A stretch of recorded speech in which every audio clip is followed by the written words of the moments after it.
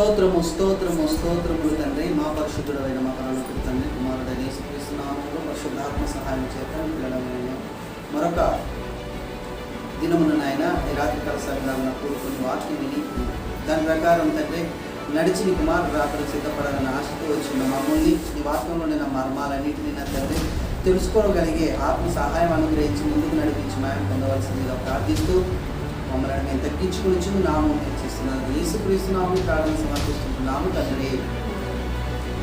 ఆమేన్. ఆమేన్. దేవాది దేవుడు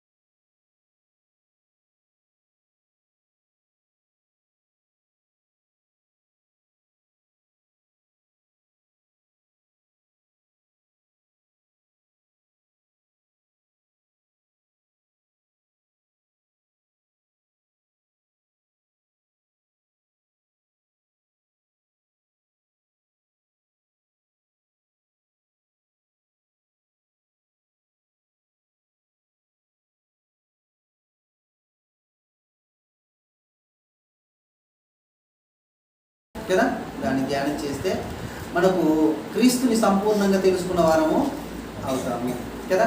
క్రీస్తుని సంపూర్ణంగా తెలుసుకోవాలంటే బైబిల్ని కదా చాలా పరిశీలన చేసి ధ్యానించడం చేయాలి.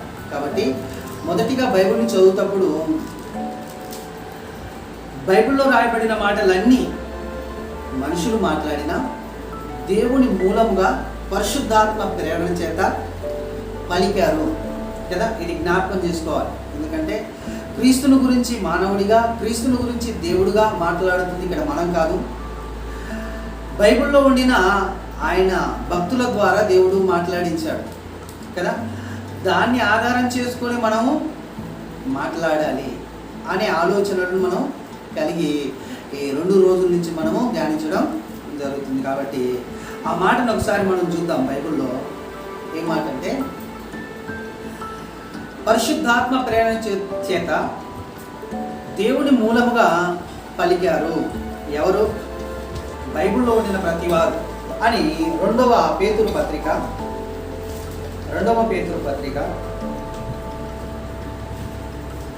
1వ అధ్యాయం 20-21 చూడండి. ఒకడు తన ఊహను బట్టి మనిషి ఊహను బట్టి కానీ మనిషి యొక్క ఆలోచనలు బట్టి కానీ రాయబడలేదని తెలుసుకోవాలి కదా. ఇంకేమంటున్నాడు చూడండి. ఏదైనా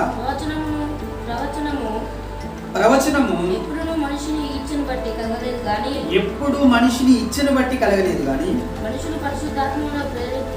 మనుషులు పరిశుద్ధాత్మ వలన ప్రేరేపింపబడిన వారై దేవుని మూలముగా పలికిరి. పరిశుద్ధాత్మ ద్వారా ప్రేరేపింపబడి దేవుని మూలముగా పలికిన లేఖన భాగాల్ని మనము ధ్యానిస్తున్నాం కదా. కాబట్టి ఇందులోనికి మనము ఏది కానీ మన సొంత ఆలోచనతో, మన సొంత జ్ఞానంతో కలపనకూడదు. దాంట్లో నుంచి మన సొంత ఆలోచనలతో మన సొంత జ్ఞానంతో తీసివేయను కూడదు. అలాగనని యేసుక్రీస్తు ప్రభుల వారు చిట్ట చివరి ఆజ్ఞగా ఈ బైబిల్లో రాయించాడు కదా. మనకు తెలుసు ప్రకటన గ్రంథం 22వ అధ్యాయము, ప్రకటన గ్రంథం 22వ అధ్యాయము 18వ వచనం చూడండి.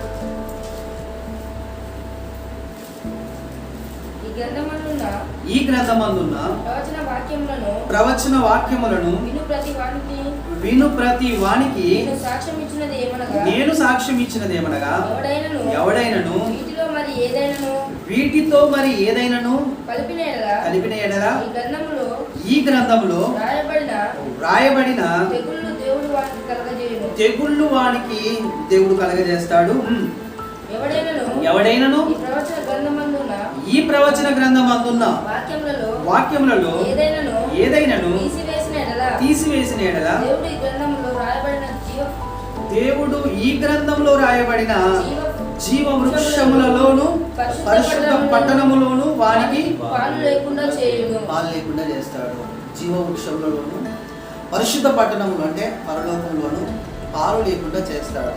ఏం చేస్తే ఈ ప్రవచన గ్రంథంలో దేనినైనను కలిపినా దేనినైనను తీసిన కదా, మన ఆలోచనలు దీంట్లో కలిపిన మన ఆలోచన ప్రకారం దీన్ని మార్చడానికి ప్రయత్నం చేసిన జీవవృక్ష ఫలములో జీవవృక్షంలో మనకు పొద్దు లేకుండా పాలు లేకుండా, అంతేకాకుండా పరిశుద్ధ పట్టణంలో మనకు ప్రవేశం లేకుండా చేస్తాను అని చెబుతున్నాడు కదా, చేస్తాను అని చెబుతున్నాడు. అంతేకాకుండా ఈ గ్రంథంలో ఉండిన తెగుళ్ళన్నీ వాడి మీదకి వచ్చేస్తాయి అని, ఇది నాకు తెలిసి భయంకరమైన ఒక ఆజ్ఞ కదా, బైబిల్లో భయంకరమైన ఒక ఆజ్ఞ. ఎందుకంటే ఇందులో నుంచి ఏది తీసివేయకూడదు, ఇందులో నుంచి ఏది కలపకూడదు అని చివరిసారిగా హెచ్చరిస్తూ రాయించిన మాట ఈ మాట. కాబట్టి మనము చాలా జాగ్రత్తగా బైబిల్ని ధ్యానించాలి, చాలా జాగ్రత్తగా బైబిల్ని మనము ఆలోచించాలి, చాలా జాగ్రత్తగా బైబిల్లో ఉండిన విషయాలను మనం చెప్పడానికి ప్రయత్నం చేయాలి. మన ఇష్టం వచ్చినట్లు మనం చెప్పడానికి ప్రయత్నం చేస్తే ఇంత పెద్ద ప్రమాదం ఉంది, ఇంత పెద్ద హెచ్చరిక ఉంది, ఇలాంటి ఒక ఆజ్ఞ ఉంది అనేది మనం చాలా బాగా గ్రహించాలి. మనం చాలా జాగ్రత్తగా గ్రహించి ముందుకు కొనసాగాలి. కాబట్టి నిన్న మొదటి భాగంలో కానీ ఈరోజు రెండో భాగంలో కానీ మాట్లాడుతున్న ప్రతి వచనం దాన్ని బట్టి మనము వివరణ ఇచ్చుకుంటూ ముందుకు వెళ్తున్నాం. కానీ ఏది మనం కలపడానికి కానీ లేకపోతే మన సొంత ఆలోచనతో దాంట్లో ఏదో చేర్చడానికి కానీ ప్రయత్నం అసలుకి చేస్తలేమని మనకు సాక్ష్యం ఎవరు? బైబిలే కదా. బైబిలే మనకు ఏమై ఉన్నది?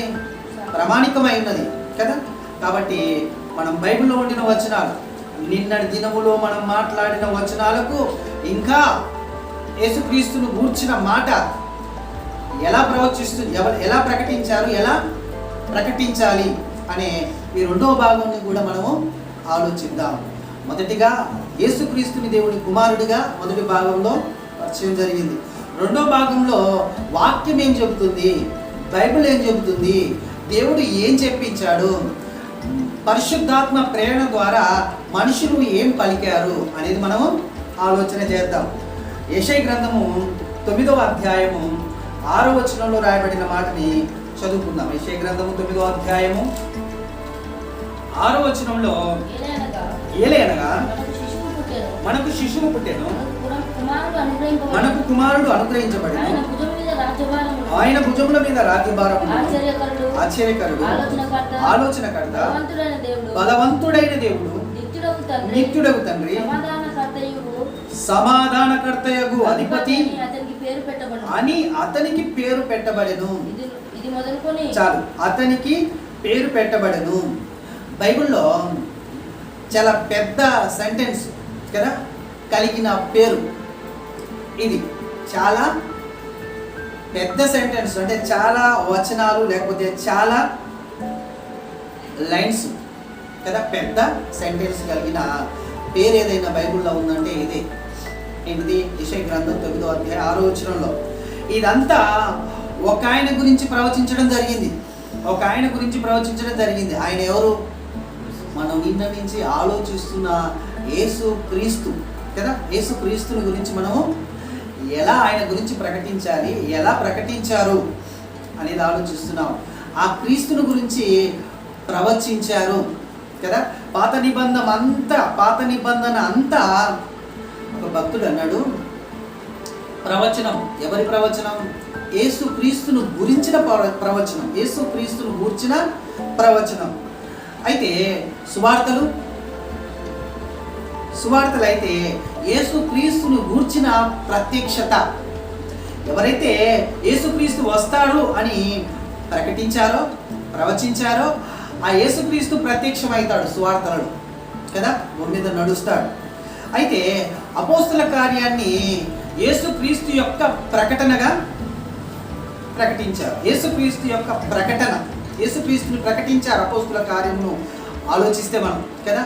అయితే పత్రికల్ని మనం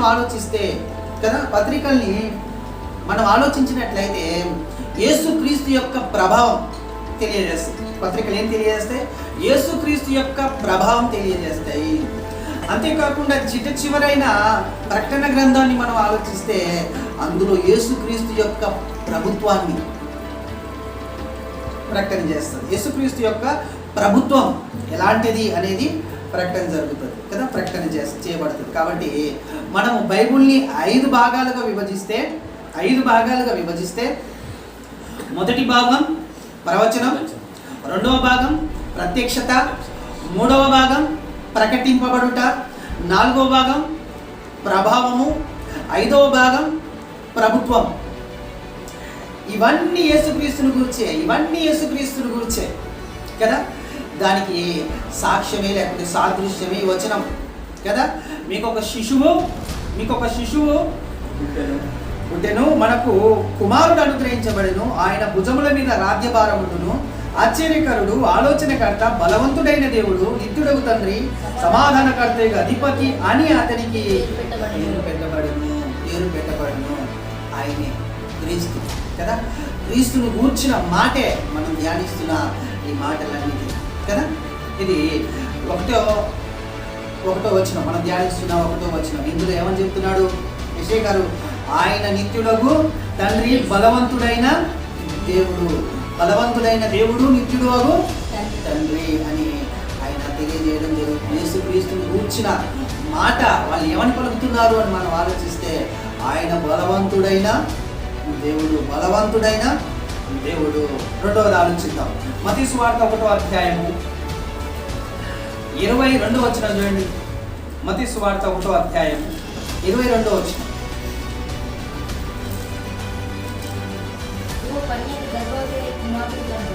ఇదిగో కన్యక గర్భవతి అయి కుమారుని కన్ను, ఆయనకు ఇమ్మానుయేలు పేరు పెట్టుదురు, ఆయన ప్రభువు పెట్టుదురు అని ప్రభువు తన ప్రవక్తల ద్వారా పలికిన మాట నెరవేరునట్లు ఇదంతయు జరిగెను. ఇమ్మానుయేలు అనే పేరుకు భాషాంతరమున దేవుడు మనకు అని అర్థము. ఇక్కడ ఏమని చెప్తున్నాడు మత్తయి గారు? అక్కడ యెషయా 7:14, యెషయా గ్రంథం 7:14లో ప్రవచించిన ప్రవచనాన్ని కదా, ఇక్కడ అదే ప్రవచనం నెరవేరింది. ఈయన ఇమ్మానుయేలు అంటే దేవుడు మనకు తోడుగా ఉన్నాడు కదా.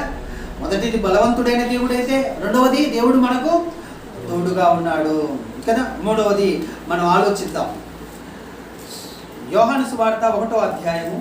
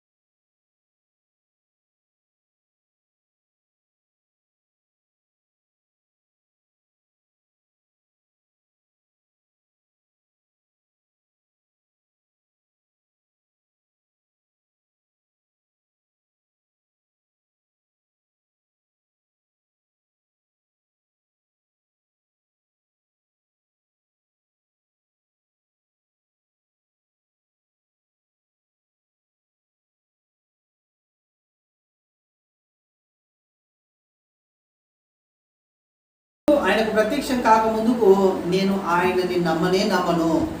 ఆయన మేకుల గుర్తులో నా వేలు కదా, ఆయన చేతి మేకులు పెట్టారు కదా, ఆ మేకుల గుర్తులో నా వేలు పెట్టి ఆయన ప్రక్కలో బల్లెం పొడిచారు కదా, ఆ బల్లెం పొడిచిన స్థలంలో నా చేయి పెట్టి చూసి తేనే నేను నమ్ముతాను, లేకపోతే నమ్మను అని అంతకుముందు తన తోటి సహోదరులతో మాట్లాడిన మాట యేసుక్రీస్తు గ్రహించి, తోమా నువ్వు ఇంకా అవిశ్వాసంగానే ఉన్నావా, విశ్వాసం అయి ఉండుము అని చెప్పినప్పుడు తోమ మాట్లాడుతున్న మాట ఏమంటున్నాడు, అవును ప్రభువా నా దేవా నేను అవిశ్వాసిని అని అతడు మాట్లాడుతున్నట్టు మనకు సందర్భం కనబడుతుంది. తర్వాత ఏమంటున్నాడు చూడండి, యేసు నీవు నన్ను చూసి నమ్మితివి, చూడక నమ్మిన వారు ధన్యులని చెప్పాను. చూడక నమ్మేవారు ఎవరండి? మనమే.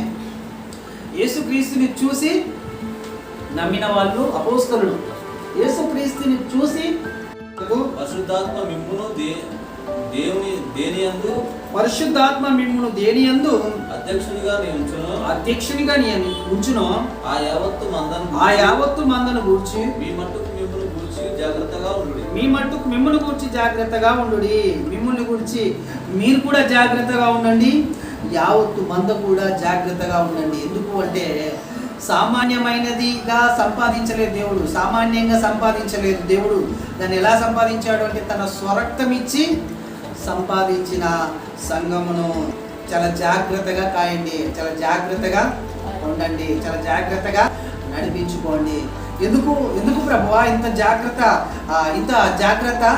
పౌలు గారు కదా, ఎందుకు పౌలు గారు ఇంత జాగ్రత్తగా కాయమంటున్నాడు అని మనం కింద చెప్తాడు చూడండి. ఎందుకో నేను వెళ్ళిపోయిన తర్వాత క్రూరమైన తోడేళ్ళు మీలో ప్రవేశించునని నాకు తెలియను. వారు మందను కనికరింపరు మరియు శిష్యులను తమ వెంట ఈడ్చుకొని పోవలనని వంకర మాటలు పలుకు మనుషులు మీలోనే బయలుదేరుతారు. ఎక్కడి నుంచో రారు కదా. అక్కడ ఉండిన సర్వ సమాజంలో నుంచే క్రీస్తుని గురించి వంకర మాటలు చెబుతూ బయలుదేరుతారు. కాబట్టి పౌలు గారు అంటున్నాడు, చాలా జాగ్రత్తగా మీరు సంఘాన్ని కాయండి, చాలా జాగ్రత్తగా మీరు సంఘాన్ని కాయండి. సంఘాన్ని కాయడమే కాదు, మీరు కూడా చాలా జాగ్రత్తగా ఉండండి. ఎందుకంటే మిమ్మల్ని కూడా ఈడ్చుకెళ్తారు కదా, చాలా జాగ్రత్తగా మీరు ఉండాలి. ఏమని చెప్తున్నాడు ఇక్కడ మనం చూస్తే, దేవుడు తన స్వరక్తం ఇచ్చి సంపాదించిన తన సంఘమును కాయుటకు పరిశుద్ధాత్మ మిమ్మల్ని దేని యందు అధ్యక్షులుగా ఉంచిన ఆ యావత్తు మందను గూర్చి మీ మటుకు మిమ్మల్ని గూర్చి జాగ్రత్తగా ఉండండి, జాగ్రత్తగా ఉండాలి, లేకపోతే తొడేళ్ళు వచ్చి లాక్కెళ్తాయి అని చెప్తున్నాడు. కాబట్టి కదా ఇది ఎన్నో మాట. మొదటిది యెషయా గ్రంథము 9:6 బలవంతుడైన దేవుడు. రెండవది మత్తయి 1:22 ఇమ్మానుయేలుగా మనకు తోడుండడానికైనా ఈ భూమి మీదకి వచ్చాడు. యోహాను సువార్త 1:1 ఆది యందు వాక్యం ఉండెను, వాక్యము దేవుని యొద్ద ఉండెను, ఆ వాక్యమే దేవుడై ఉండెను. అలాగున్న యోహాను 20:28 తోమగారు ప్రకటించారు అక్కడ, ప్రభువా నా దేవా అని యేసుక్రీస్తు కదా. ఆలోచిస్తే ఇది అపోస్తల కార్యం 20:28 వచనం. దేవుడు స్వరక్తం ఇచ్చి సంపాదించిన సంఘమును, దేవుడు తన స్వరక్తం ఇచ్చి సంపాదించిన సంఘము కదా. ఇక్కడి నుంచి రోమపత్రిక 9వ అధ్యాయము 5వ వచనం చూద్దాం. రోమపత్రిక 9వ అధ్యాయము 5వ వచనం. రోమపత్రిక 9వ అధ్యాయము 5వ వచనం. పితరులు వీరు బట్టి శరీరమును బట్టి క్రీస్తు వీరిలో పుట్టెను. ఈయన సర్వాధికారి అయిన దేవుడై ఉండి నిరంతరము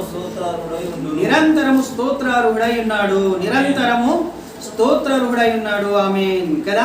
ఏమని చెప్తున్నాడు క్రీస్తు గురించి అపోస్తలుడైన పౌలు?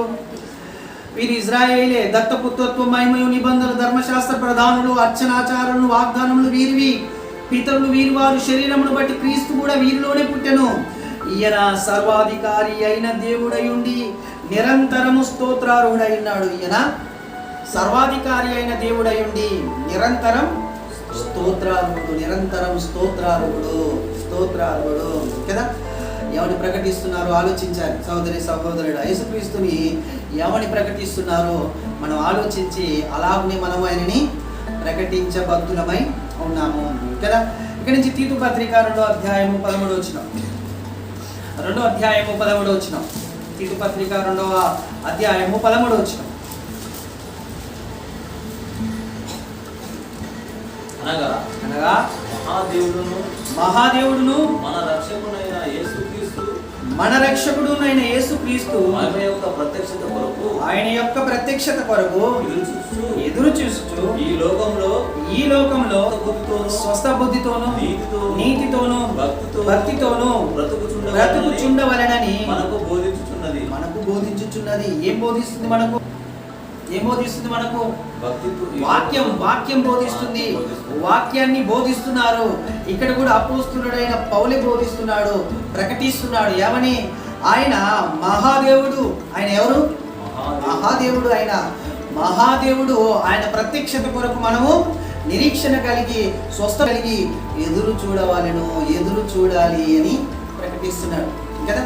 యేసుక్రీస్తుని గూర్చిన మాట ఎలాగన వినబడుతుంది మనకు కదా. బలవంతుడైన దేవుడు, మహాదేవుడు. దేవుడు తన స్వరక్తం ఇచ్చి కదా, ఆది యందు వాక్యం ఉన్నాడు. ఆ వాక్యం దేవుడి యొద్ద దేవుడై ఉన్నాడు. ఇలా మనం ఆలోచిస్తే ఈ వచనాలన్నీ కలిసి మనకు ఏమి తెలియజేస్తున్నాయి, ఏమి ఆలోచింపజేస్తున్నాయి, మనకి ఏమని చెప్పాలని ప్రేరేపిస్తున్నాయో మనం చాలా బాగా ఆలోచించాలి కదా. హెబ్రీ పత్రిక 1వ అధ్యాయము 6వ వచనం చూడండి. హెబ్రీ పత్రిక 1వ అధ్యాయము 6వ వచనం చూస్తే, మరియు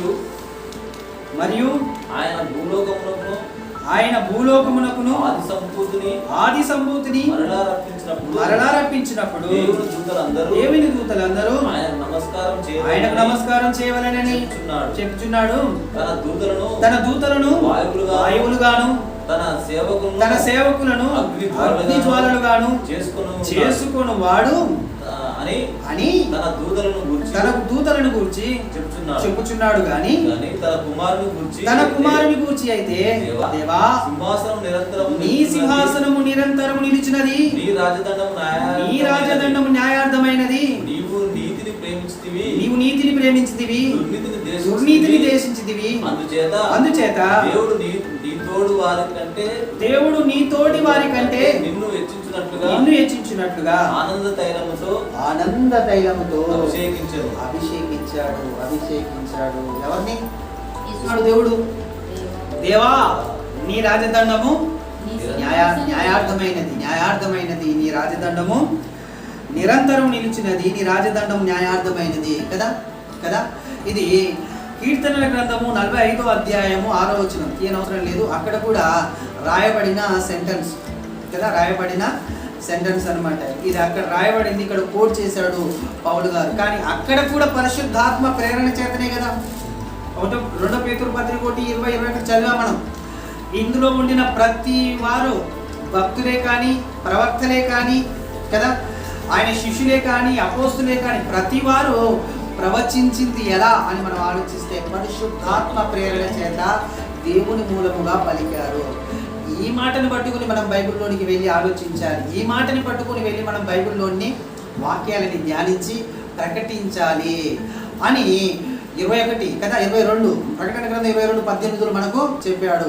ఇందులో నుంచి తీసివేయడానికి కానీ, ఇందులోని కలపడానికి కానీ వీలు లేకుండా ముద్ర వేశాడు. అక్కడ ముద్ర వేశాడు. కాబట్టి యేసుక్రీస్తుని గూర్చిన మాట ఏమని పలికారు, ఏమని పలకాలి, లేకపోతే ఏమని మాట్లాడారు, లేకపోతే ఏమని ప్రకటించారు, మనం ఏమని ప్రకటించాలి. బోధనే కదా, సువార్తను గురించిన ప్రకటనలే కదా ఈ పత్రికలన్నీ. ఆ పత్రికల్లో సువార్త ప్రకటిస్తున్నారు. ఏమని ప్రకటిస్తున్నారు? యేసుక్రీస్తుని గురించి ఆయన సర్వాధికారి అయిన దేవుడై ఉండి, ఆయన మహాదేవుడై ఉండి కదా. ఇవన్నీ ఎవరు ప్రకటిస్తున్నారు? సువార్తలో అపోస్తులుడే కదా, అపోస్తులుడైన పౌలే కదా మాట్లాడుతున్నది. కాబట్టి మనం ఈ మాటలని వాళ్ళ ద్వారా నేర్చుకున్నాము, వాళ్ళ ద్వారా మనము ప్రకటన చేయాలి. అందుకనే అపోస్తులు వేసిన పునాది మీద మనం కట్టబడుచున్నాం. ఎవరి పునాది మీద కట్టబడుచున్నాం? అపోస్తుల పునాది మీద. వాళ్ళు ఆ పునాది వేశారు, దాని మీద మనము కట్టబడుచును. అది చాలా జాగ్రత్తగా జ్ఞాపకము చేసుకోవాలి. అయితే కొలసీలకు రాసిన పత్రిక 2 మాటలు చూసుకొని మనము ముగించుకునే దానికి ప్రయత్నం చేద్దాం. కొలసీ పత్రిక 1వ అధ్యాయం 15 నుంచి చూడండి. 1వ అధ్యాయం 15 నుంచి ఆయన గురించి ఎలా ప్రకటిస్తున్నాడో పౌలు గారు. ఆయన అదృశ్య దేవుని స్వరూపి అయి సర్వ సృష్టికి ఆది సంభూతుడై ఉన్నాడు. ఎలాగనగా ఆకాశమందున్నవి భూమి అందున్నవి దృశ్యమైనవే గాని అదృశ్యమైనవే గాని అవి సింహమైనను ప్రభుత్వములైనను ప్రధానులైనను సర్వము ఆయన యందు సృజింపబడెను. సర్వము ఆయన ద్వారా ఆయనను బట్టి సృజింపబడెను. కొలసీ సంఘానికి పౌలు గారు రేఖ రాస్తూ ప్రకటిస్తున్నాడు, స్వార్థ ప్రకటిస్తున్నాడు. ఆయన ఎవరో తెలుసా? దృశ్యంగా మీకు కనబడుతున్నవే కాదు, అదృశ్యమైనవి. అదృశ్యమైనవి అంటే ఏంటిది? కంటికి కనబడేది. ఎక్కడున్నాయి? విశ్వాసం అనేది ఒక మాట చెప్తే మీకు అర్థమైంది. విశ్వాసం అన్నది నిరీక్షింపబడు వాటి యొక్క నిజస్వరూపము అదృశ్యమైనవి ఉన్నవి అనుటకు రుజువునై ఉన్నది. హెబ్రీ పత్రిక 11:1 మనం చూస్తాం. అంటే ఆ మాట దేని అదృశ్యమైనవి ఉన్నవి అనుటకు రుజువై ఉన్నవి అని తెలియజేస్తుందంటే పరలోకం కదా. పరలోకములో ఉండిన దేవుడు, పరలోకంలో ఉండిన క్రీస్తు, పరలోకంలో ఉండిన సమస్త మన కంటికి కనబడతలేవు, అవి నిజము అని మనం విశ్వసిస్తున్నాము కదా. ఇక్కడ కూడా ఆయన అంటున్నాడు అదృశ్యమైన వాటికి కూడా ఈయన ఏమైనాడు? అదృశ్యమైనవి కూడా ఈయన ద్వారా, ఈయన మూలముగా, ఈయనను బట్టి. అంటే పరలోకం కూడా యేసుక్రీస్తును బట్టి, యేసుక్రీస్తు మూలముగా, యేసుక్రీస్తు ద్వారా. అదృశ్యమైనవి, దృశ్యమైనవి. దృశ్యమైనవి అంటే ఈ భూమికి సంబంధమైనవి, అదృశ్యమైనవి అంటే పరలోకానికి సంబంధించినవి. ఈ రెండు ఆయన ద్వారానే, ఆయనను బట్టియే, ఆయన యందే కదా, ఆయన యందే సృష్టింపబడినవి కాబట్టి ఆయన మహామహుడై ఉన్నాడు కదా. ఆయన దేవుని యొక్క ప్రతిబింబమై ఉన్నాడు కదా. ఆయన దేవుని యొక్క తేజస్సు అయి ఉన్నాడు, ఆయన యొక్క మహిమ అయి ఉన్నాడు కదా. ఆయనని గొప్ప చేయాలన్నా, ఆయన హెచ్చించాలన్నా, ఆయనని మనం ప్రకటించాలన్నా కానీ ఇవన్నిటిని మనం పట్టుకొని మరి నోట్లో నుంచి పలకాలి. ఈ మాటలన్నీ ఎక్కడ పట్టుకోవాలి? మనం హృదయంలో పట్టుకోవాలి, మన తలంపులలో వీటిని చెప్పుకోవాలి కదా. చెప్పుకొని మనము నడిస్తే ఎలా ఉంటుంది? దేవునికి మహిమకరముగా ఉంటుంది.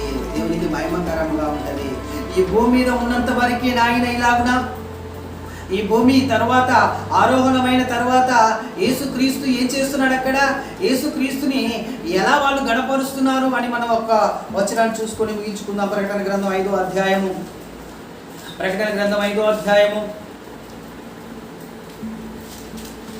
11వ వచనం నుంచి నేను చదువుతాను, మీరు వినండి. మరియు నేను చూడగా సింహాసనమును, జీవులను, పెద్దలను ఆవరించి ఉన్న అనేక దూతల స్వరం వినబడెను. వారి లెక్క కోట్ల కొలదిగా ఉండెను.